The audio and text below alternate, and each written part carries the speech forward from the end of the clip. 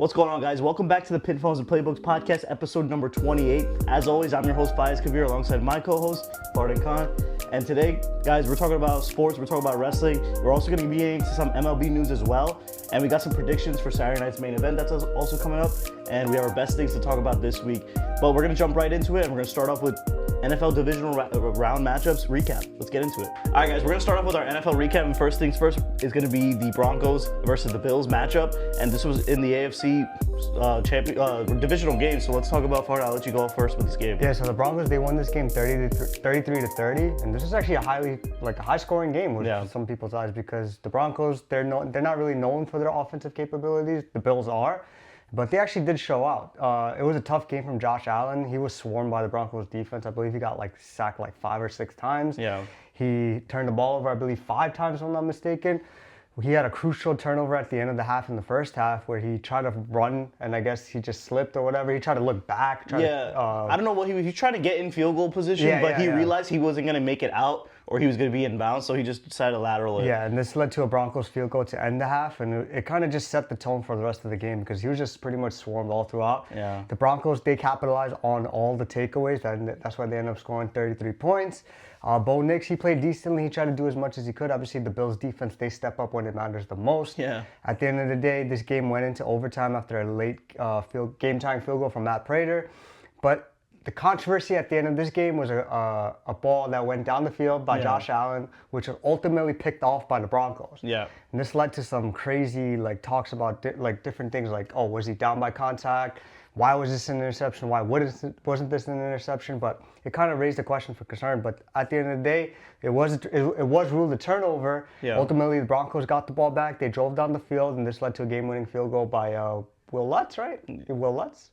That's the kicker? Yeah. So. And this ultimately led to the Broncos moving on to the championship game, and they won this game 33-30 in overtime. Right. So, and we realized from these games, the key things real quick is the Broncos, they kind of showed poise in the defensive side.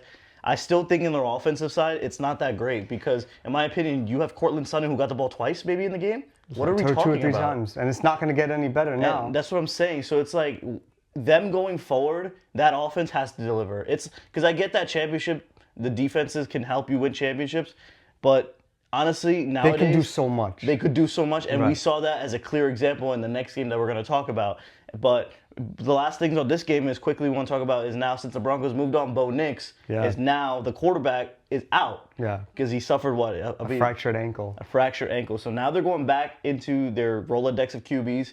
They have Jarrett Stidham, and I don't know who they have another quarterback too. I'm not sure who the other string is. I don't know, but they need somebody to back him up now. So now it's gonna be Jarrett Stidham going into the AFC Championship game. Yeah. And that's going to be very interesting because obviously he never had any first-team reps all year long. And now you're at the most pivotal position to try to pretty much get your team into the championship game. There's going to be a lot of reps, a lot of practicing that's going to be happening in the last week for him. This is literally like that Super Bowl run that the Patriots had in 2017 where it's just the random quarterbacks. Yeah. And this is the prime example right now where it's just so many.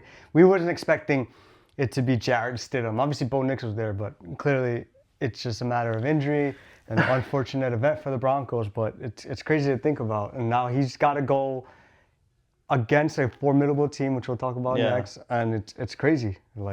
And then the last thing that came out of this game is on the Bills side.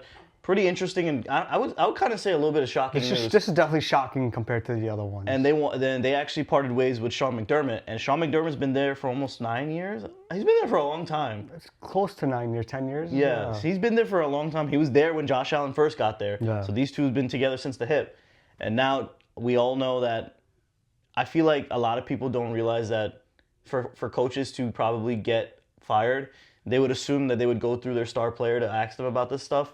But they didn't, the reports are saying that Josh Allen never was okay with it or never even talked about it. It was never brought up to him. Right. So Sean McDermott parted ways. I believe the Bills organization feel like they could find somebody that's better to kind of get them over that hump. And right now, it's probably the most desirable head coach. Oh, 100%. And the reason I feel like they just kind of did it is because they felt like the Bills had every opportunity to make the Super Bowl right now. I mean, like I said in my sideline hill last week, they used the head coach as the scapegoat. And this is exactly that. And I feel like this is a prime example of that because he got to the playoffs 7 times in a row. Like it's just that's why it's interesting because now Sean McDermott, I don't know if he's one of these desirable head coaches, in my opinion. Like, he's not a flashy name, in my opinion, that I would want. I'm not going to lie. Honestly, they didn't lose this game because of Sean Coaching, McDermott. yeah, I know. Obviously, Josh Allen, he had a lot of turnovers, and, I'm sure he does everything that he can to make his team better, But in my opinion, I don't know, like Sean McDermott, whenever he tries to find another next coaching job, it's going to be interesting where he goes because I don't know if he's going to be a super high-level want. I feel like now the next generation of coaches is just going to be all of these new offensive and defensive coordinators because we're transitioning into a more fast-paced offense and a more controllable defense. Yeah. And you have these older head coaches. Yeah, they can do their part. But obviously, they rely on their offensive coordinator, defensive coordinator to manage it. And Sean McDermott, he wasn't really known for either. Like, he wasn't an offensive-minded head coach, and he wasn't a defensive. He relied a lot on his OCs and DCs. Exactly, right. So that's pretty much that game. But next up, we have the other AFC divisional matchup, which was the Houston Texans versus the New England Patriots. So in this game, we had a lot of people and a lot of critics and sports analysts that coming into this game thought Houston Texans were going to actually take over in this game. I believe on ESPN, that whole countdown crew, the entire live crew, every single one of them took the Houston Texans. In my opinion, that's kind of disrespectful to the New England Patriots. I don't know why we would ever do that, to basically pick everybody against them. And I definitely know that Mike Vrabel is the type to show that stuff to his team. Be like, you're going to use this as fuel to add to the fire. That's just the type of coach he is. And that's exactly what kind of happened in this game. There was a super defensive heavy in this game on both sides. I believe both defenses played extremely well. Honestly, I do think Houston's defense was better. They did a lot of things that they could do. Drake May was rushed the entire game. He had 4 fumbles in this game. Drake May led the NFL in fumbles. So they knew that, and I know his goal was to pretty much get into this game to reduce that now in fumbles. But you can't do that when Will Anderson's coming at you fucking every second, destroying Will Campbell and freaking everybody that was trying to double team him. That was an issue. On the pass defense, they were solid, but Drake May did have some openings where he was able to get the ball down the field when he needed to do the most. This was not the perfect game from him, but he still, at the end of the day, did have 3 touchdown passes. And when it comes to on the Patriots side, because I'll let you get into the Texans side because you obviously had the Texans going forward in this, and you could talk about the debacle that thing was. But for the Patriots side, we had a big touchdown to I believe it was Pop Douglas that started it off in the beginning. After that, we had Stephon Diggs with a very aggressive touchdown catch. When we needed him most, Stephon Diggs always shows up in the damn playoffs, and that's exactly what he continues to do. And then the game started to get stagnant until in the fourth quarter where the Patriots put it away with a deep bomb to Kayshon Boutte with a one-handed grab on Derek Stingley Jr. Absolutely, I think the best catch of the playoffs so far, in my opinion.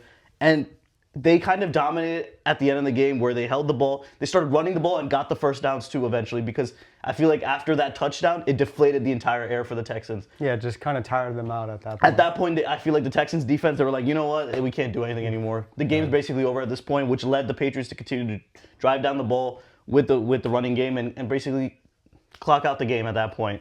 But overall, the Patriots defense, in my opinion, is the MVP on this side. And we'll talk about why exactly, because on the Texans offense, it was absolutely atrocious. Yeah, so in this case, the FBI needs to get involved here somehow, some way.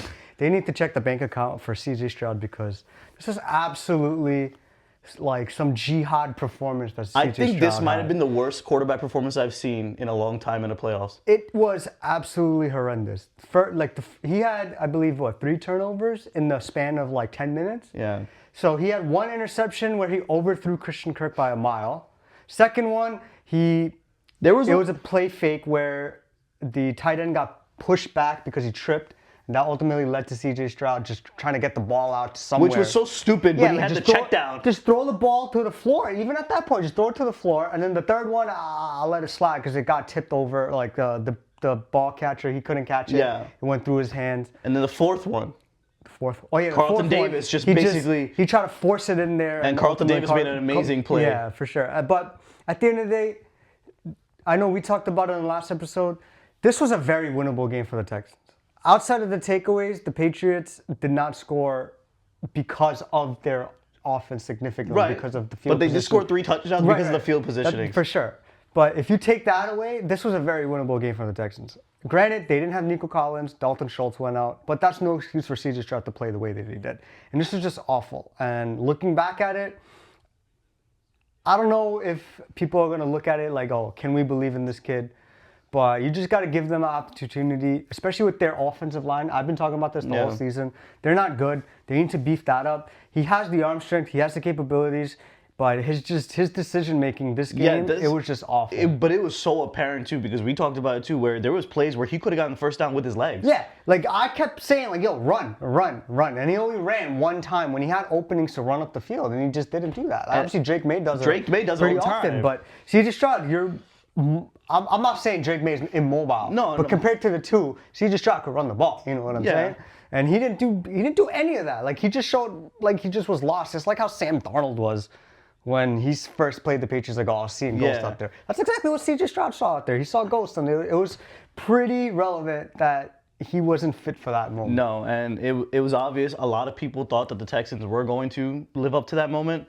And I had them going to the Super Bowl because of their defense, and their defense played like a Super Bowl defense. Their defense did. Quarterback played like a bum. That's all that can be said. And that's crazy to say when a number one pick quarterback is playing like that. And it is what it is. Now, I know the Houston people are going to be thinking about what is the story here with Stroud. I feel like they're going to give him one more chance, and after that... They have to because, like I said, Nico Collins was out. Yeah. There was no Tank Dell all season. Dalton Schultz went out. They didn't really establish the running game. And at the end of the day, this was more on the offensive system. Obviously, CJ Stroud had his huge part because of the turnovers. Yeah. But from an overall team perspective, it just wasn't good on any part from the offensive side. And that's why, honestly, that's what I was saying. Like nowadays, people used to always say defense wins championships. Exactly. But if you don't deliver in the offense, because teams are scoring nowadays, you can't win the game. So that's pretty much it. The Patriots now move on to the championship game again. Next up on the docket, now we're switching over to the NFC. We got the 49ers versus the Seahawks.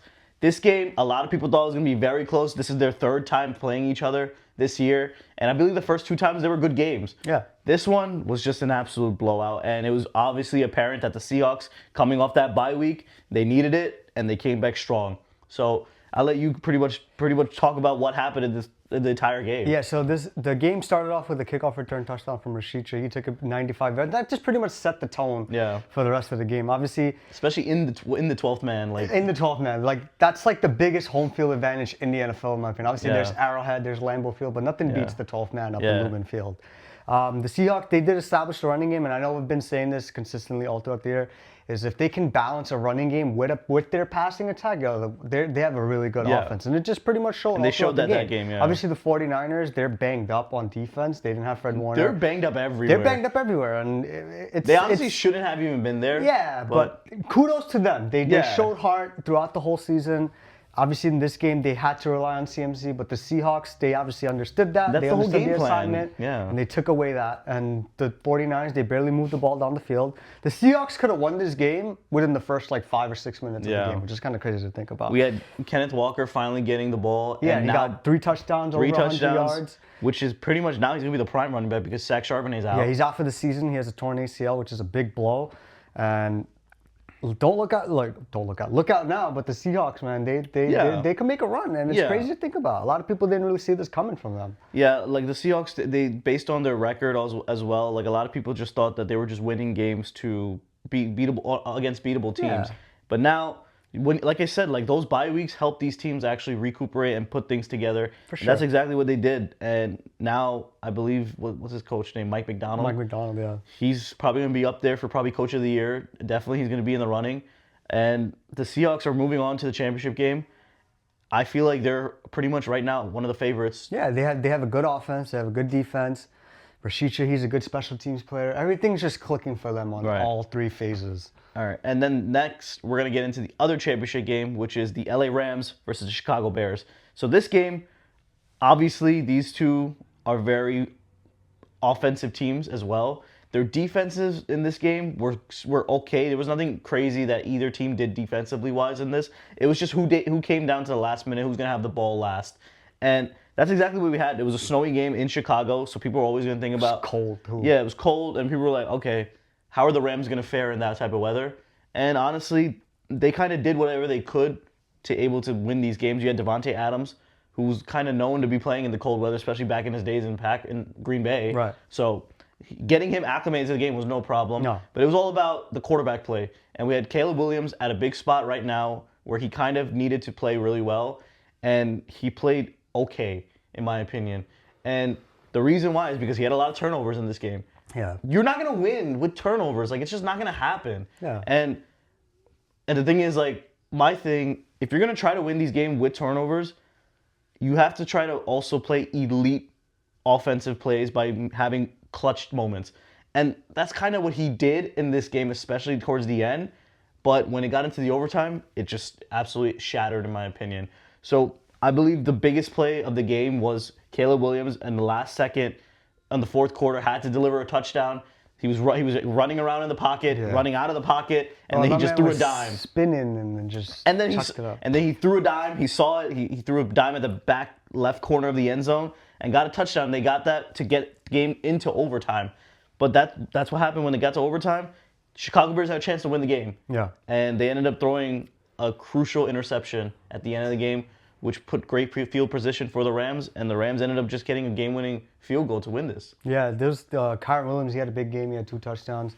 But I see this, like, obviously, I know we saw it during the highlights where DJ Moore kind of gave up on that play that Caleb Williams threw the ball to. But overall, the Bears just didn't really click on any cylinders offensively. And I know you said this wasn't really a defensive-minded game, but it was pretty stagnant the first 3 quarters. It picked up in the fourth quarter, but at the end of the day, the Bears, they surprised a lot of people. I know you had them at the beginning of the season as your surprise team, and that's exactly what they were. Exactly what they did, yeah. Like Ben Johnson, obviously, when we knew that he was going to be a head coach, it's like, yo, he's going to provoke something in Caleb Williams, and he just got to cut down on the dumb mistakes. And I'm pretty sure they'll be back next year. Obviously, like, they just got to build around him, continue to. I think they honestly got to get another receiver, another big time receiver. I don't think Odunze is that a big time receiver in my opinion. I feel like they underutilize DJ Moore because he has the capabilities. He's older now. That's true. He's very much on the older side now. Yeah. I'm talking about you give Caleb Williams and Garrett Wilson, you see what happens on that damn team. And Garrett Wilson, I feel like we are a perfect fit in Chicago with that offense with Ben Johnson. I think so. That would be crazy to see. I just feel like I feel like Caleb needs a young wide receiver to grow and build with him and have build that connection together growing. For years. And I think Caleb needs someone like that because Odunze just gives me a slot receiver. He doesn't give me big time receiver vibe to me. And Loveland, he actually played really well. Loveland's towards great. The end of He's the a good season. tight end. Yeah, he's their future tight end right then and there. And then they have that good running back group. Yeah. So the Bears, when they come back next season, I think they could definitely try to get back to the same position that they are right now, or even get over to the next hump. Right. With Caleb Williams to start. With his decision making gets better. Obviously, that always gets better with experience. For sure. And he's going to realize that. And I think next season they could definitely do it. But the Rams, the old gritty team, is pulling it out with Matthew Stafford leading them. Right. So now it goes right into the championship game, and we're going to pretty much give our predictions about next week's championship games. So we got the AFC championship game, which is the Patriots versus the Broncos.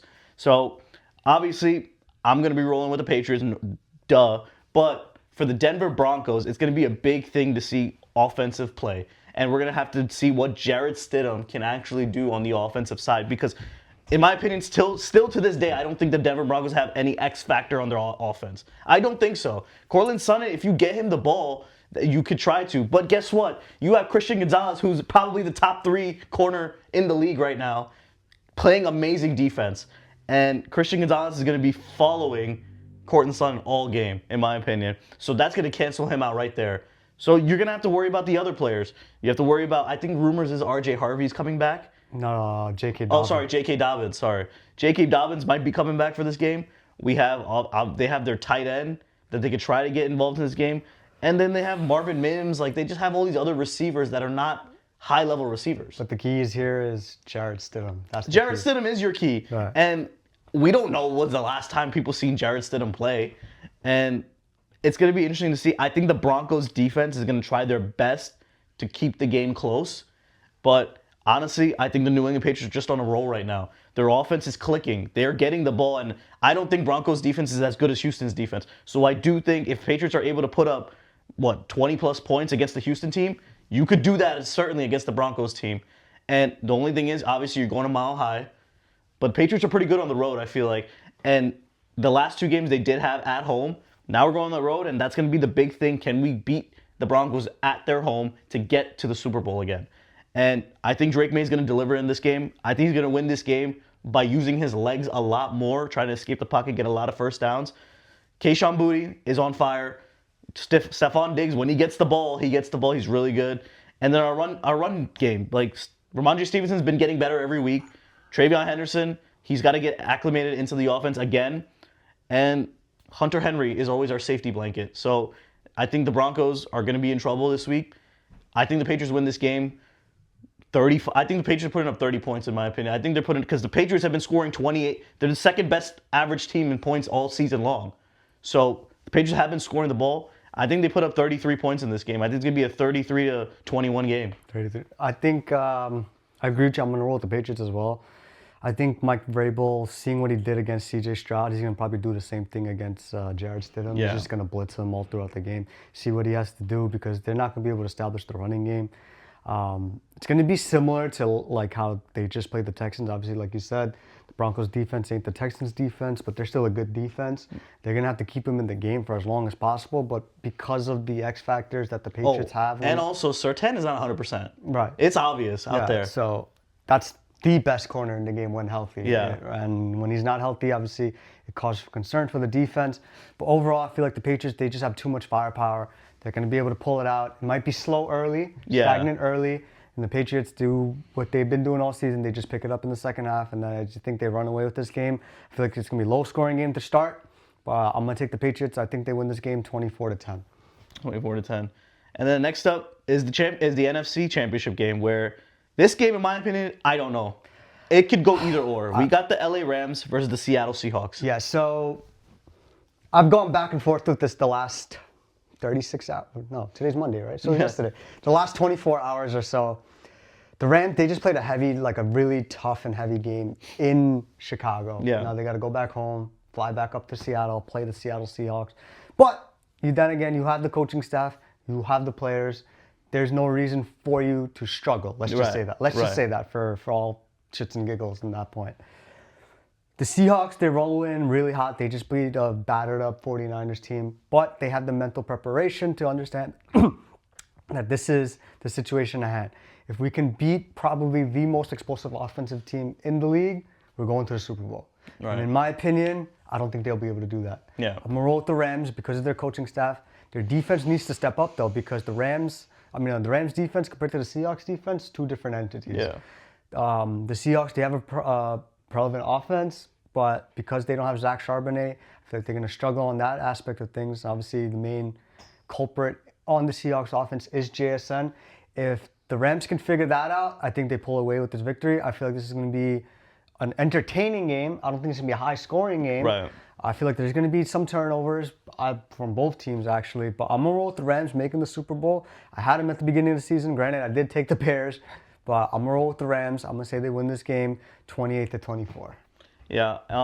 I think in this game, so like in my opinion, I think it can go super either or. Like either way, this game can go. It's all going to be dependent on who starts early, in my opinion. And if the Rams get out early on the offensive side, it's going to be hard to play against and staying up with them and keeping score with them. Also, I forgot to note that obviously Sam Darnold, he played well last game. This is his test to say, okay, I struggled last year in the playoffs. I had the best record. Now I have the best record as the 1 seed at home. Can I do it? I keep doing it. And that's his, question. Like, he's been questioned throughout his career because of that. And I do think he will. I'm going to pick the Seahawks in this game. I think Sam Darnold is going to deliver. I think JSN, and this game has probably the two best performing receivers all season long. Puka Nacua and JSN. It's kind of fitting that you have these two people playing each other in the NFC Championship game. But in my opinion, it's going to be whoever gets out early, whoever gets the ball a lot more, and whoever has time of possession in this game a lot more, because I feel like if the Rams are able to hold the ball, I feel like they're really good with Stafford able to hold the ball, get the first downs, and pretty much try to win a game that way. But I think it's going to be a lot of back and forth, and if you're going to a shootout, I'm picking the Seahawks to win it in a shootout because their offense just seems so more high-powered, faster pace, and with JSN there, and with Kenneth Walker playing the game that he kind of did last week, I don't see why they can't do it on both fronts. I'm running with the Seahawks. The Seahawks are going to win this game. It's going to be a low-scoring game. I think it's going to be a 17-14 game. And I think, honestly, it's going to be one. I don't know if it's going to be a game-winning field goal, but I think it's going to be something where the Rams can try to pretty much get into field goal position on fourth down. They just don't make it. And that's what happens. I think Seahawks close the game on defensive play. So your Super Bowl prediction is Patriots-Seahawks? Yeah, I got the Patriots and Seahawks. All right. And that's pretty much it. And the funny thing is, both of these teams, Patriots had played both of them in the Super Bowl. Yeah, but I think in like, I would say back-to-back years, but like 2 out of 3 years, it's crazy. Yeah. So that's pretty much going to get wrapped and closing in on the NFL season at this point.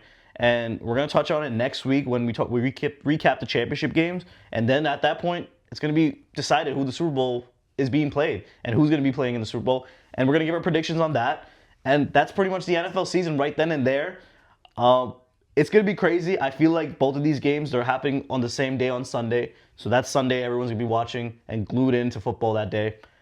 Every game, every play, and every second matters next Sunday. And I feel like in these games, everything is so critical. Everything is so crucial.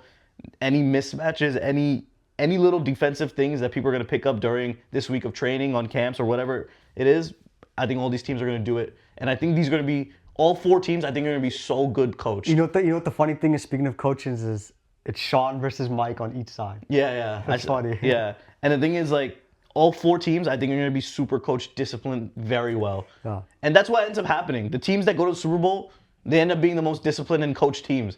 They try not to commit penalties. They try to not make mental mistakes, especially from the quarterback plays, because that's when it's most crucial. But that sums up our NFL recap for this week. All right, guys, now it's time to get into our NBA recap for this week. And as always, we're going to give our favorite 2 games that we talked about that happened throughout this week. And I'll let you do your first 2. Yeah, so the first game I want to talk about is the Heat versus the Thunder. The Heat won this game 122-120. It was a pretty entertaining game. But obviously the Heat, they're more, I guess, inferior team compared to the Thunder, but this was a well-coached game by Eric Spoelstra, and the whole Miami team, they were single offensively and defensively. We saw a big game from Bam Adebayo, who had 30 points. He kind of just made Chet Holmgren look like a baby out there, pretty much. Yeah. But the thing I want to talk about in this game is teams, they got to start picking up on what OKC does. Obviously, when you talked about the Hornets and the Thunder from last week, I was watching film of how the Hornets attacked the Thunder, and the Heat actually did it this game, where you do double pick and rolls, and then ultimately try to find the right man, because somebody's going to collapse where it's going to pick up a double team that will leave somebody open, and that's exactly what the Heat did. But this was a less quality team-like performance from OKC. I believe SGA had 39 points. The rest of the team just pretty much was stagnant. But at the end of the day, if the teams can pick up on what OKC does defensively, I feel like they can be exposed. Obviously, their offense is going to do as much as they can. If SGA goes, the team goes. And the Heat, they did just that, and they ended up winning this game. That's exactly what the result that they were hoping for. Second game I want to talk about is the Wolves and the Spurs. The Spurs won this game 126-123. This is possibly a potential Western Conference Finals matchup, depending on how the seedings go and all of that. But we had 2 superstars going at it. Anthony Edwards, he dropped 55 points, which is, I think, his career high, if I'm not mistaken. No, he dropped 60. I'm not sure if he dropped 60 before, but... So this might be his career high. Yeah, but the rest of his team, they didn't provide for him. And he needs some help because, like I said, like I've been saying all season long, they don't have a point guard. They need to trade for a point guard. Who's out there? I don't know. Obviously, there were talks about Trae Young coming there, but he ended up going to Washington. But ultimately, if they can't provide for Anthony Edwards, I feel like he's not going to be able to do anything with the Timberwolves, and obviously that's going to lead to frustration and wanting out. But at the end of the day, Anthony Edwards, he's still a superstar in this league. Wemby, on the other hand, he had 39 points. De'Aaron Fox had 25 points. Overall, great team performance by the Spurs. And they're the 2nd seed in the West right now, and they beat the Thunder 3 out of 4 times right now. Yeah. Well, the last time they did play the Thunder smacked them. They smacked them. At the end of the day, I feel like they're the only team that can compete, as of right now, presently constructed, against the Thunder. Obviously, the Lakers, they've been struggling all season long, but and Denver's been winning games too without Jokic. They got to get Jokic out. Without Jokic, they've been winning games. Without Jokic too, but overall, I feel like in a 7-game series, they're obviously going to need Jokic. Yeah. But at the end of the day, the Spurs looking hot. They're the top 2 seeds, and I believe they're number 3 right now in all overall NBA. But they're playing really well. But yeah, those are my top 2 games for this week. And then my top 2 games is pretty much going to be the Suns versus the Knicks. So the Suns, I've been talking about it all season long, where the Suns have been having pretty winning games. Like, the Suns are winning games, and no one's really talking about it because people just assume that the Suns were going to suck this year because KD left. Yeah. But Devin Booker is probably in my opinion, one of the most consistent shooting guards ever, I think, like, of all time. He gets 25 plus every game, I feel like. He's gonna just be one of those players where I feel like might not ever win a championship if he decides to ever leave Phoenix. because I just don't think Phoenix is ever going to be a championship winning team the way that they are and the way that they have. But with them, they're able to win these games and pretty much keep it competitive. And throughout the season, we're going to see exactly where the seedings go. I wouldn't be surprised if they get into like one of the top like upper seeds, like 5, 6, and get a good matchup. And you can see what happens. And in those moments, you can see really how good Devin Booker is to carry that team into the next level. Because the last time they went to the finals, they had, Chris Paul leading them technically in running their offense. But now you don't have Chris Paul anymore. It's pretty much Devin Booker's team. Yeah, and when he's still I think he's a top 3 shooting guard right now. Yeah, he's. Does he have Ant? I think top 5. I think Jaylen Brown's playing better than him. Jaylen Brown's small forward. Oh, okay. But, he's a real shooting guard. True. When Tatum comes back, he's a shooting guard. So we'll see. And then a lot of people thought Jalen Williams was going to take a step up this year. He kind of regressed, in my opinion, this year. So he's been hurt, though. He's been hurt. No. But that's the Suns side. On the Knicks side, the Knicks have quietly been losing a lot of games. They're frauds, man. The Knicks lost 3 in a row. 4 in a row today. And today they're playing the Dallas Mavericks. They're about to lose that game. So something's up with the Knicks. I know that Jalen Brunson's been out all of these games. And obviously that's a big thing because now it kind of proves to them that they need Jalen Brunson no matter what. And Jalen Brunson obviously runs that offense, runs the entire show in New York. But they're not getting consistent play from a lot of their other side players that are able to pretty much, that they need to show up. Mikal Bridges has been okay. You have OG Anunoby, man. I just want to say one thing. He's the worst two-way player I've ever seen in my life, and he's supposed to be one of the best two-way players because he'll have like one game out of 10 games where he scores like 20, 25 points and then just goes quiet for like 5, 6 straight games. And then gets another one and then goes another quiet. Like, there's got to be more consistency with him. And I feel like he's the trading asset if they do want to go out and acquire somebody. Potentially Giannis, we don't know. But I feel like OG Anunoby, he needs to step up big time because he's good on the defensive side, but his offense is he's just standing around. Like, they don't really get him the ball, and the offense, so obviously he's going to run through Brunson, he's going to run through Cat, and he's going to run through Mikal Bridges before it gets to OG Anunoby. Yeah. But at the end of the day, if he's not providing for the team, then what is he really there for? You can't just say defense because you need the offense, and we know he has the capabilities to score. And that's the thing also about the Knicks is they're not playing defense well. That's true too. And with Thibodeau, that was never a question because they were playing defense well. This with the team that they have right now, there's no really strong defensive players that they have. Mikal Bridges and OG Anunoby were supposed to be that, but I feel like it's not looking like that this season for them, and that's why they're losing all these games right now. For sure. So they're gonna definitely need to switch it up. They're gonna see when Brunson comes back. Let's see how he does there, because obviously those games you're gonna win with Brunson probably scoring 30 plus. That's how the Knicks win their games anyway. Next up on my game is we have the Grizzlies versus the Magic. This was a game that was held in London, and it was interesting to see that Ja Morant ends up playing better when he's not in America. That's kind of funny to me. That Ja Morant finally had a good game and a classic Ja Morant performance where he put up, I believe it was 24 points and 13 assists. And when he's getting 13 assists, I know a lot of people are talking about Ja Morant's feuding with his teammates. But if you're getting 13 assists, you're passing the ball. So I get it might be one of these situations where he's just really unhappy with the situation and the management and there's whoever always it been is. trade talks for him for the last couple of weeks. Right. But the thing is, like, if you're with the team and you're playing within the team, I think that you're able to, like, put that stuff aside and end up playing solid basketball. And that's what the Grizzlies did in this game. They played good basketball against the Magic. The Magic, they had their full loaded team in this. And the Magic are not winning games too. And you have a full loaded team. It's obvious that they need a point guard to run the show. Anthony Black is not your starting point guard. He's a good player. He's a good bench player. And you can't have Franz Wagner running that point. Yeah. He's not, like, I know they're trying to run him with the small forward point, like the LeBron role type, but it's not going to work like that. Paolo Banchero's not going to run your point. They need a solid point guard that can distribute it. And in my opinion, if you really don't want to try to get a big point guard, try to scoop up somebody like TJ McConnell or somebody like that, because he's rotting away in Indiana right now because Indiana's not going anywhere. They're the worst team right now. And I know because obviously they don't have Tyrese Halliburton, but if TJ McConnell is going to end up staying there or doesn't want to stay there, that's an asset they can try to trade for. You know what they should get? Fucking Drew Holiday. Or Drew Holiday, who's up there in Portland doing nothing. But I don't know. They definitely got to get someone that they feel like can run a point guard. But Drew Holiday's a defensive point guard. You need somebody to run the offense. That's true. That's true. You need somebody to run the offense. Ja Morant in Orlando, maybe.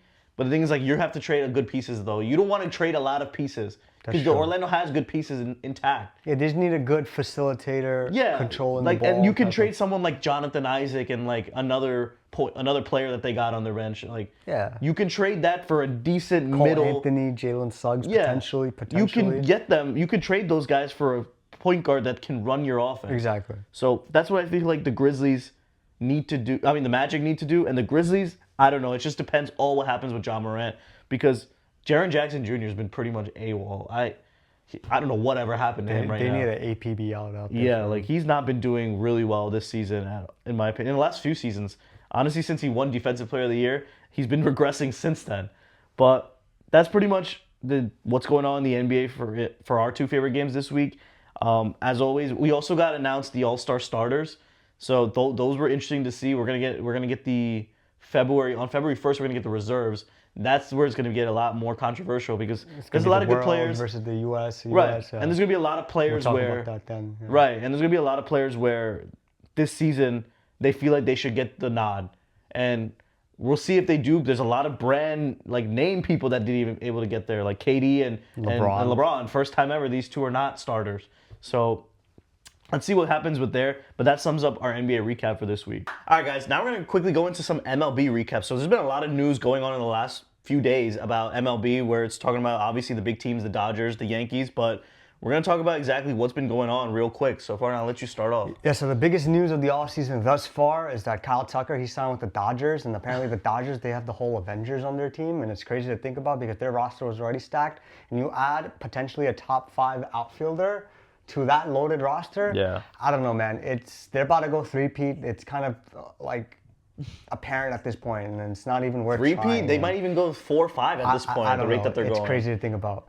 In the New York world, Bo Bichette, he signed with the Mets, who seemingly have 4 or 5 infielders, and I don't know what they do. Infielders on that team. They have Marcus Semien. They have Bo Bichette now. Francisco Lindor's there. They don't know what they're going to do with Mark Vientos. What's the lineup going to be like? I don't know. They have a lot of questions. Obviously, I've heard from Mets fans. They're not happy with what Stearns, their GM, has been doing. You're right. And at the end of the day, they got to figure it out. And on my Yankees side, they have not done anything, and they're continuing to waste the prime of Aaron Judge. There are talks about re-signing Cody Bellinger. Yeah. And they offered him a reasonable salary because of his age. I believe it's 5 years for 160, which does make he wants more years, which is fine. Well, that makes sense. But you're not going to get 7 years, $210 million. You know what I'm saying? Especially when you're 30, 31 years old. Obviously, they gave it to Judge because they know that Judge is going to produce, and that Cody Bellinger isn't Aaron Judge. Right. But the Yankees, I don't know what they're going to do. There's been talks about getting Freddie Peralta, which I haven't seen done as of yet. But overall, they're willing to let Bellinger go to the highest bidder if that's what he wants to do. But clearly, they haven't done anything. I think the only biggest the biggest thing that they've done this offseason, or two biggest things, is re-sign Trent Grisham, which in my opinion set the franchise back. And they traded for Ryan Weathers, which is fine because we need a pitcher, especially since Carlos Rodon's going to be out for some time. Garrett Cole's probably going to come back in May or June. And we don't know what's going to happen with Luis Gil, if he's going to get traded. Will Warren, he's still a bum in my opinion. But the MLB world right now, we're gearing towards spring training, which is coming up in February. Yeah. But there's still some players that haven't signed. We don't know where Framber Valdez is going to go. But overall, the league as of right now, it belongs to the Dodgers. They clearly have the best franchise in the league. They have the star power. They're probably going to go three-peat. I don't really know what else is going on. The Diamondbacks, they traded for an aging Nolan Arenado. Yeah. Alex Bregman signed with the Cubs. So there's been some moves happening, but none bigger than Kyle Tucker joining the. And it's obvious, these players want to go Dodgers, play. They want to go play with the Dodgers because they know they're gonna win. They know they're gonna have the time of their lives playing. Yeah, and obviously, you think about it from the East Coast side, the Yankees, they have the same capabilities, but they're not pulling the trigger on anybody. And I don't know, we're starving. It's crazy to say that Yankees are starving for a championship, especially with who they have on their team. But you're not doing anything to better them, and it's frustrating. This season is just gonna come down. We're gonna be a super mid team, probably gonna be second or third, and probably third because the Red Sox with their young core and what they did in the offensive file. Obviously, the Blue Jays, they got Dylan Cease. They're gonna be a much better team this year. Potentially, they're gonna understand the role at hand, and I'm probably gonna miss the playoffs. Maybe sneak into the wild card. And even so, like, we're not going to do anything with. Obviously, we're going to have to heavily rely on pitching towards the end of the season when everybody comes back healthy, which is fine because you have potentially 4 good players that will get you 4 or 5 innings in the postseason, and that's where it matters. But that just pretty much sums up the MLB like news as of right now. Obviously, we'll talk about it as more details come out, where Cody Bellinger goes. There's talk about him going to the Mets, but spring training's almost here, and in my opinion, when baseball starts, I feel like I can breathe. Like, obviously, the only time between when the NFL ends and when baseball starts, which is towards the end of March, is we just have basketball and hockey. But when all 3 are out, it's just fun to watch. Right, and that's gonna be it's gonna be interesting to see how a lot of teams and what are the final moves and makes they're gonna make before starting spring training or during spring training. Exactly. So, I don't know. Let's see. This MLB season is just looking like a repeat and just a rinse and repeat for as. In my opinion, I think it's going to be a Blue Jay Dodger World Series again, unless there's some team out there. Like the Red Sox make a weird. Yeah, like do you always have that one team where they shock the world and they just ended up going into the playoffs hot and they just keep getting hot. Like we saw with the Diamondbacks a couple of years ago. Obviously the Nationals, they won the World Series. Last year it was the Blue Jays. So this year we don't know. We really don't know. But that sums up our MLB recap for this week. All right, guys, now it's time to get into our wrestling recap for this week. And first things first, we're going to start off with our SmackDown recap. So the show started off with Drew McIntyre, who just came off his win for the WWE Championship. He came out pretty much just addressing the crowd and saying that he's the real guy. He was meant to be the guy to defeat Cody Rhodes, and now the chosen one. Like he's been saying that for forever. But Drew McIntyre has the championship. People still don't know how long he's really gonna hold his belt. That's kind of up for debate. But now it's pretty much a storyline where he's gonna be just waiting to find out who his opponent's gonna be at the Rumble. And in this match, he had Randy Orton came out pretty much trying to hint at him that I'm coming after this championship, which led to Randy Orton having his first match right then and there against The Miz, and Randy Orton ended up obviously picking up the win right there because, come on, like The Miz is not going to move on. But what ended up happening is during this segment, Drew got chased away by Jacob Fatu, so Fatu is still out here trying to get after Drew McIntyre. So that's still keeping that story going at the same time with Jacob and Cody Rhodes now having issues as well. But Cody Rhodes did come out later on in the show, and he was the first person to declare for the Royal Rumble. And honestly, in my opinion, when Cody Rhodes declares for the Royal Rumble, he's obviously one of the top favorites, no matter what, because it's just star power. It's just because of who he is. He might be there in the final mixes, most likely. But what ended up happening here is that he pretty much said that he's calling out Jacob Fatu. He wants the piece of him. They want to fight each other. They want to see where this is going to go. Later on in the show, we had Matt Cardona versus Trick Williams. We had Trick Williams end up beating Matt Cardona, so it's pretty much continued to push that Trick Williams story along. After this, we had Kit Wilson come out in his hometown of London, super over because of his theme song, because of who he is. Right. And he ended up doing a promo, and during that promo, you had Jacob Fatu, who just destroyed him and got rid of him. And then leading to Jacob Fatu calling out Cody Rhodes, and Cody Rhodes, he is the babyface. If he's calling him out, he's going to come out. And they ended up having a brawl. It was a nice chaotic brawl to see to end that segment. And it ended up being announced that they're going to be fighting at Saturday Night's main event. Lastly, we had, I believe, Damian Priest. He ended up beating Solo Sikoa. Because of the Wyatt Six. Because of the Wyatt Sixes, they got involved as well. So, like, that story's still continuing with that. It's unnecessary at this point. It's just like, okay, I don't know where it's going to go. They got to settle it at WrestleMania somehow. I don't think they're gonna drag it out. I hope they don't even drag it out that long. They gotta bury that hatchet sooner or later. But I think next week they're having a tag team match for the championship. So I think it's gonna keep going because I think the MFTs are gonna win the titles that time. So that's gonna continue that storyline. But Damian Priest ended up picking up this win. He kind of needed it, especially coming off the win against Aleister Black as well. So it's gonna keeping him going. And then we had the last match, the qualifying match, which was Sami Zayn versus Ilya Dragunov, and in this match it got a little chippy. Yeah. So obviously these guys had a lot of good chemistry. On their last match, they had a really good match, especially when Dragunov won the title against Sami.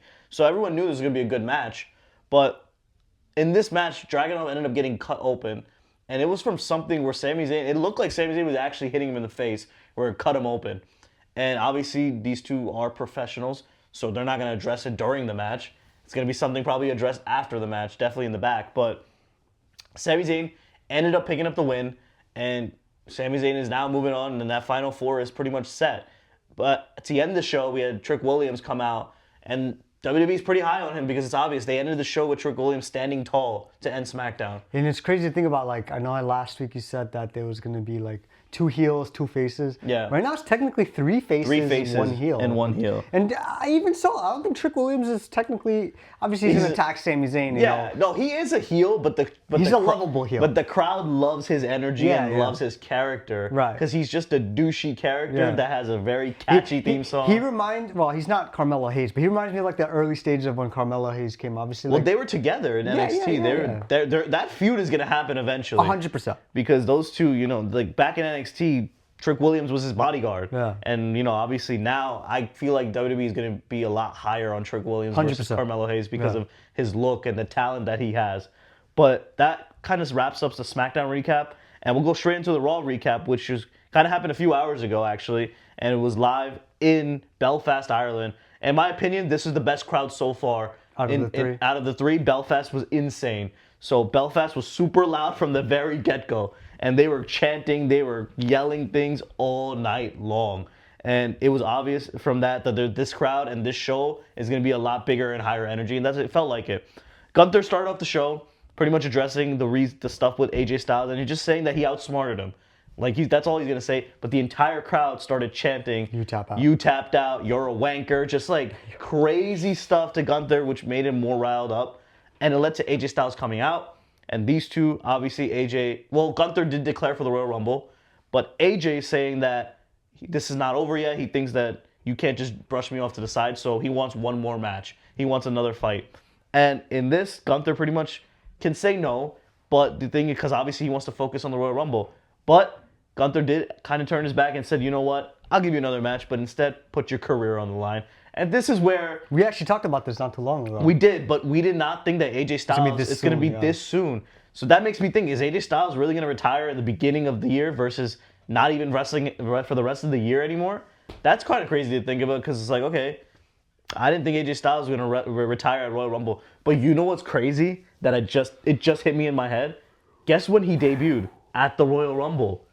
True. Oh, it's like a full story moment at this point because he debuted 10 years ago. Yeah. And he retires 10 years later at the same event at Royal Rumble. It does make sense, but in hindsight, it doesn't make sense. So it's crazy when you think about it that way. And I don't know, honestly, if I feel like it's too early to do it. So I wouldn't be surprised if AJ does pick up the win. Like, I don't know. Like, I could feel like... trilogy, potentially? Yeah, they have to have a trilogy or something. Because there's no way I think Gunther just beats him twice like that. Because if AJ's putting his career on the line, I think it'd be a good swerve and a good build-up to the show. Because a lot of people already expect him to retire this year. Yeah. It'd be great suspense, and every near fall would be really good. Because a lot of people think that AJ Styles, is he going to retire this early? Or is Gunther actually going to put an end to it right then and there? So I think that's actually great tension going into that match for the Royal Rumble. Another thing, throughout the show, we had Jey Uso. Obviously, he traveled he's on this tour, so they don't really, I think Jimmy's just not there. He's back home with Naomi. Yep. So they just have Jey Uso coming out just for the crowds, just to get the damn crowd yeeting. Because obviously Jey Uso... It's the European crowd, so it makes It's the sense. European crowd, and obviously Jey Uso is one of their biggest merch movers, one of their most popular stars. So just having him out there, you got to have him out there. He just declared for the Royal Rumble. Jey Uso's trying to go back-to-back. Definitely not going to happen this year. But I'd kill myself if that happened. Next up, we had a 6-man tag match. We had the Vision versus Rey, Penta, and Dragon Lee. This was a fun match. It was good to see all the 3 opponents on the Vision side all working with everyone in the ring, basically. Logan Paul was super hated in this crowd. He was getting chanted like very nasty stuff by the Ireland crowd. And it was obvious Logan Paul is just a really good heel. He's just antagonizing the crowd, making them chant more shit against him. But in this match, we had pretty much another storyline playing out with Adam Pearce and Paul Heyman. Yeah, I see that. These two are pretty much like feuding on their own right now. And what ended up happening is, obviously Logan Paul had the brass knucks and try to like use the brass knucks and give it to, I believe, Theory. But I think it was Rey Mysterio who took it away from him because of Adam Pearce doing the distractions and pretty much getting involved and saying like, you guys can't do it like this. And Rey Mysterio actually used the brass knucks and ended up hitting Theory, which led to Penta hitting the Mexican Destroyer for the win. And those guys, the 3 Mexican brothers, they all end up winning. But Hermanos. Yeah. And then next up, we had an unfortunate event with El Grande Americano versus Javon Evans. I thought this was going to be a really good match because obviously the story is Javon beat both of those two jabrones, and now he's facing El Grande. But what ended up happening in this, I think it happened during a commercial break. So Javon ended up hurting his shoulder or pec. I don't know what it is. But when we got back from commercial break, pretty much the announcer just said that this match is pretty much El Grande won it because Javon Evans can no longer continue. Hopefully it's nothing crazy where he's out for a while. And it sucks. It's right around Royal Rumble season. Yeah. I feel like he would have had a great showing at the Rumble. 100%. So I hope it's nothing crazy. I hope he comes back. We'll find out more news about it. Obviously tomorrow, most likely when he gets evaluated. But that sucks. I hope it's nothing like something where it's going to be I hope it doesn't hinder his push. Yeah. Especially when he just got called up. At the end of the day, stuff happens. It's Yeah. just a matter of getting back stronger, being who you are. Yeah. He'll definitely be back. Yeah, and then we had the main event where the entire crowd was ready for this. We had CM Punk versus Finn Balor, first time ever, and it was in Ireland where Finn Balor was extremely over in this. And CM Punk, also had a lot of fans too because he is a face, but there was visible boos because he was just coming into enemy territory at this point.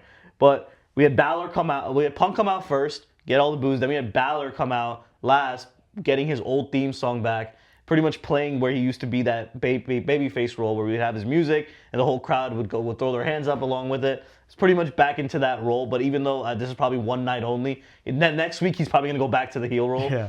But it was a solid match overall. These guys are obviously been doing this for 20 plus years, so them working together, they built out this match really great. The match really picked up in the last 5 minutes of this where we pretty much had Punk hit a GTS, Balor kicked out, which was good to see that, okay, they're keeping him strong. Then we also had Balor deliver a coup de grace to CM Punk. Punk kicked out right then and there. And then we had Punk end up hitting one final GTS to pick up the win.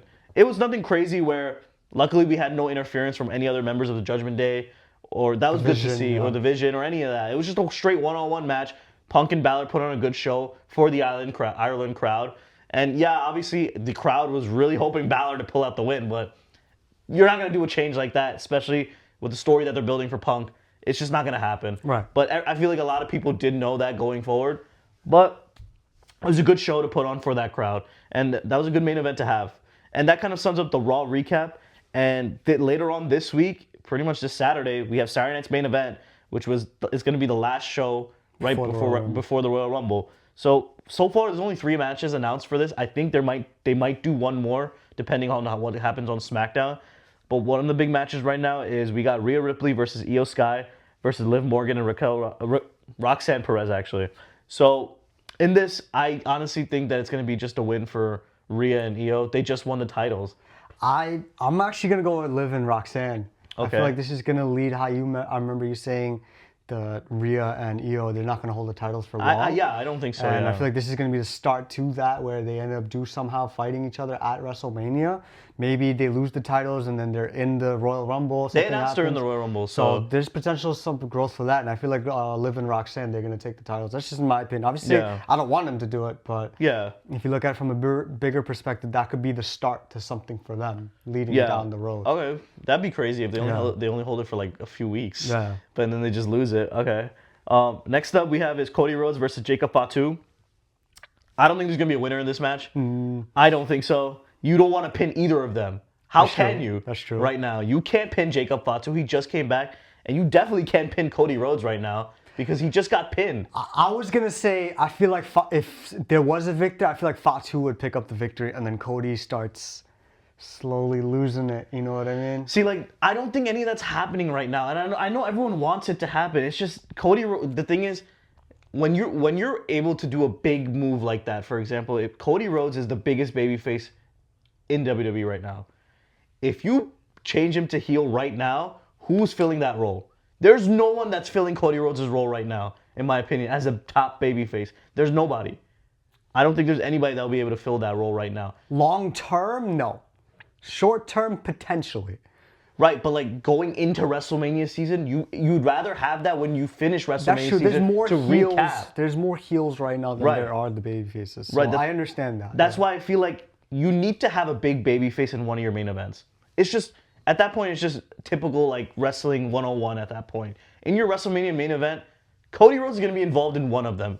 He has to be, in my opinion. 100%. So him going in as a heel or a face, how would you do it? Drew McIntyre is the champion right now, and he's obviously a heel. So you can't have a heel and a heel, obviously main eventing a WrestleMania. It's not going to really work.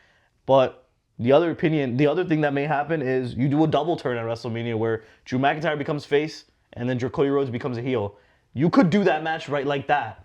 And that's how you end the show, where Drew McIntyre, what was his always story? He always gets screwed, right? And maybe this time Cody Rhodes uses the easy way out and screws him, and ends up Cody Rhodes getting the title back as a heel figure, and people feel bad for Drew McIntyre again because he got screwed.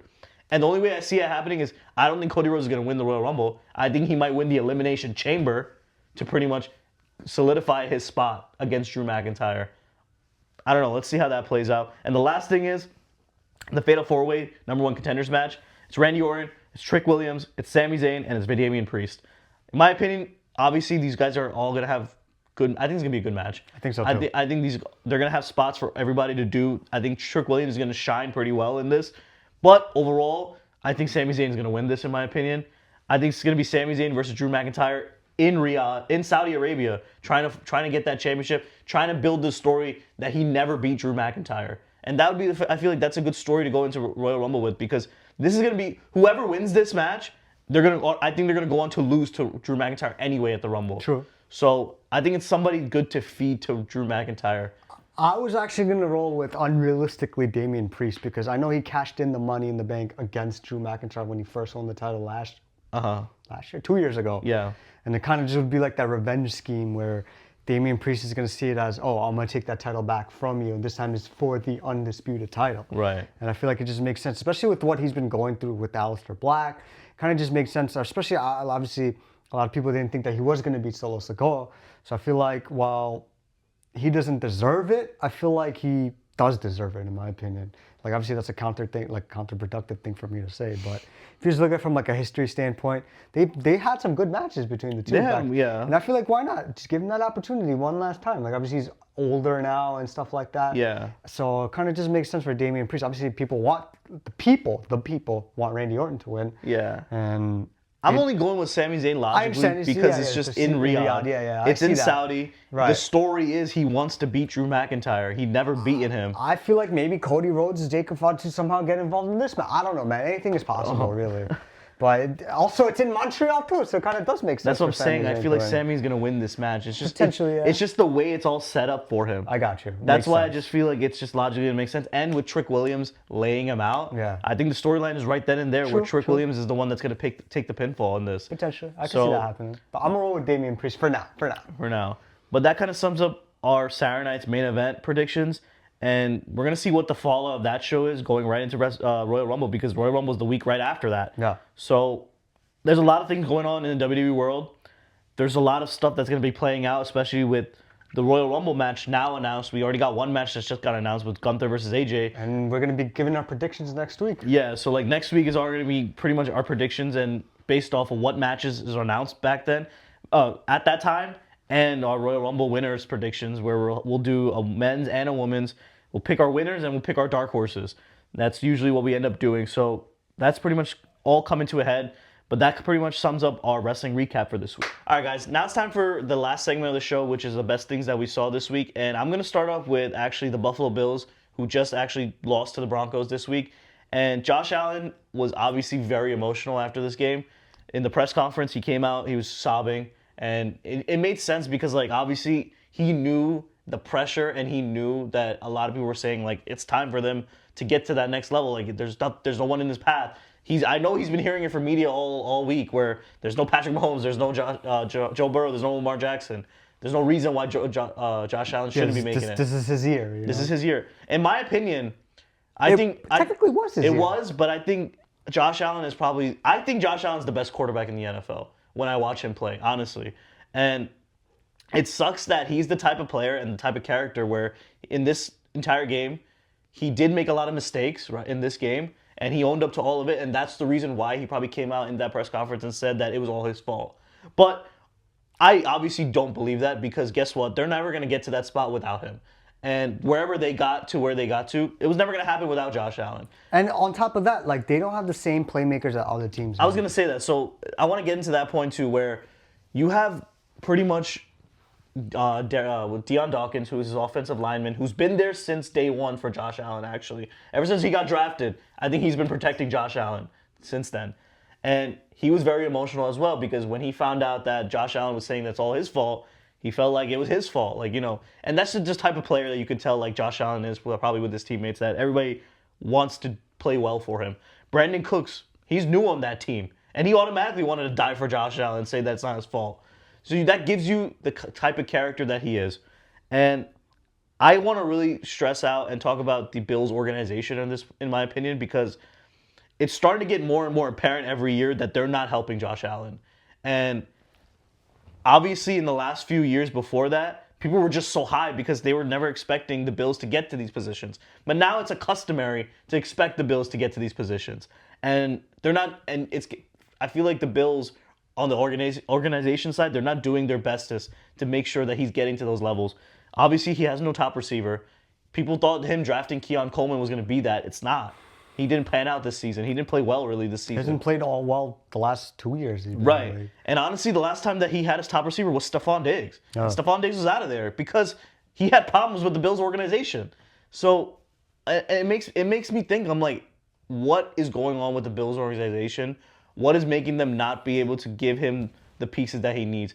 And it's crazy because honestly, the Bills are making more money than over. They're starting they're going to be playing in their new stadium next year. Yeah. It's going to be a whole new regime in Buffalo.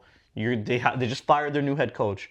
They're going to be needing a new head coach, and they're starting at a new stadium. This is basically a fresh start for the Buffalo Bills going forward next season. And I feel you got to make a big impact. You got to make a big bang, where the Bills definitely need to get a top receiver for him. And obviously, it will help getting someone on the defensive side as well, because their defense is always so up and down.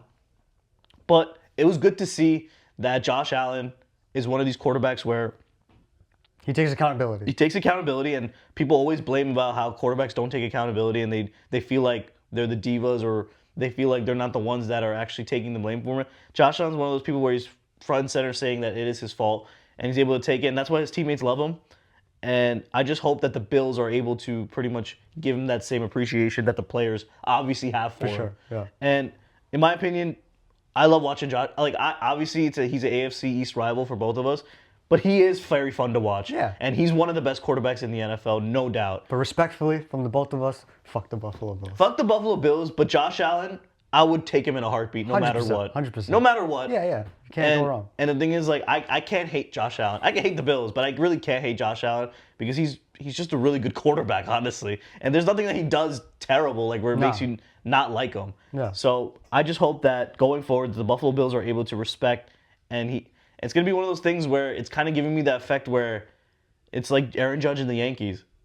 It really is like Aaron Judge and the Yankees. It's kind of giving me that effect. I'm like, how many more years are they going to waste Josh Allen's time and not give him the weapons that he needs to get to over that hump? So let's see if this head coaching change is able to pretty much push that, and let's see if they can get weapons for him. 100%. But that was the best thing I've seen this week, was Josh Allen and his teammates coming together and pretty much keeping that Bills Mafia energy together no matter how the season ended. I got you. For my besting this week, I know a couple of weeks ago I was mentioning the craziest thing that was happening in the political world. Obviously, we're more of a sports and a wrestling podcast, but this just can be a generalized thing for anything that's best thing for this week.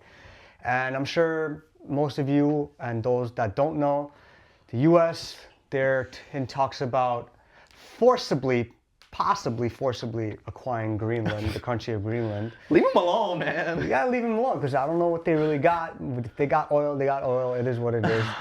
But with that being said, this obviously caused some drama in all across the world, especially within the NATO countries. And the best thing that I saw this week was all the EU, the European Union countries, they're all stood up for Greenland. Right. There's like, you can't do this. You can't just say, I'm going to go take over a country. I want to buy them, this and that. Now, America, we do have a clown as a president. Granted, he does care about America. It's the stuff that he does, the stuff that he says, it's not systematically challenged, and he does stuff without checks and balances. And obviously, people expected that to happen. There's some people like, oh no, I didn't see it coming. Like, yeah, obviously you're gonna see it coming. You know, at the end of the day, it is Donald Trump. He says what he says. And he's been doing stuff that's been beneficial, don't get me wrong, but there's been more negatives than there's been positives at the end of the day. And I love what the EU has done. Each country, they support troops to Greenland just in case there was an invasion by America.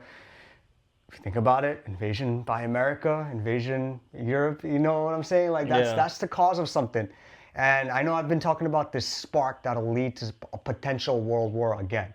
And if Donald Trump invades Greenland, I don't know. Me and him are probably going to be landing somewhere in Greenland at this point, at this rate, at the end of the day. But what I also liked about this is that it goes to show that life is much better in Europe.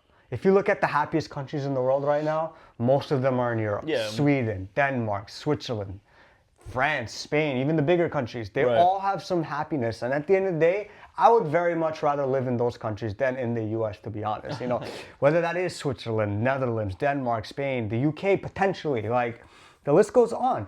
At the end of the day, America, it has the strongest military in the world, yes.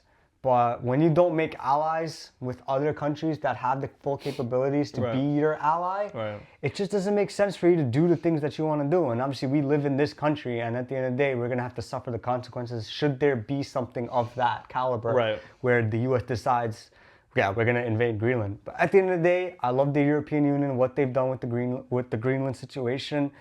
And at this point, we don't know what's going to happen. Obviously, 2026 just started, and people have been talking about, oh, this is going to be like 2016 over again, because that was the last good year that most people remember. Yeah. But at the end of the day, we'll see how it goes. But that's pretty much the best thing that I saw this week. Right, and that pretty much ends up being the end of the podcast for this week. And next week is a lot to recap and a lot to talk about in terms of the sports world, because obviously the NFL is going to that's going to be the big thing that we're going to be talking about is the winners of those championship games and who goes on to the Super Bowl. And we're going to obviously have our NBA recap for our favorite 2 games. And the last thing is for wrestling side, it's just a lot of big things coming up. It's just a lot of things coming up because it's a push to the Rumble. We're going to talk about our favorites for the Rumble winners. And at that point, by next week, and especially after Saturday night's main event, it's going to be kind of apparent of who we think is going to be the top favorites for this stuff and who we think is going to be going on into WrestleMania season, because we still haven't seen a lot of stars yet. We still haven't seen Roman Reigns back yet. We still haven't seen. I feel like they're all gonna end up just showing up at the Rumble, to be honest. That's what I'm saying. At this point, if they're not, they're back 2 weeks now, out. Like, yeah, if they're not back now, they're probably just gonna show up. It's gonna be surprises like Brock Lesnar and all this stuff. Like AJ Lee for the women's side. There's so many stars that they just haven't been there. They're gonna be back. And it's all gonna be recapped like all on here, and we're gonna talk about it next week on who we think is gonna be the winners of those Rumble matches. But that sums up the podcast for this week. Thank you guys for joining us, and we'll see you guys next week. Peace.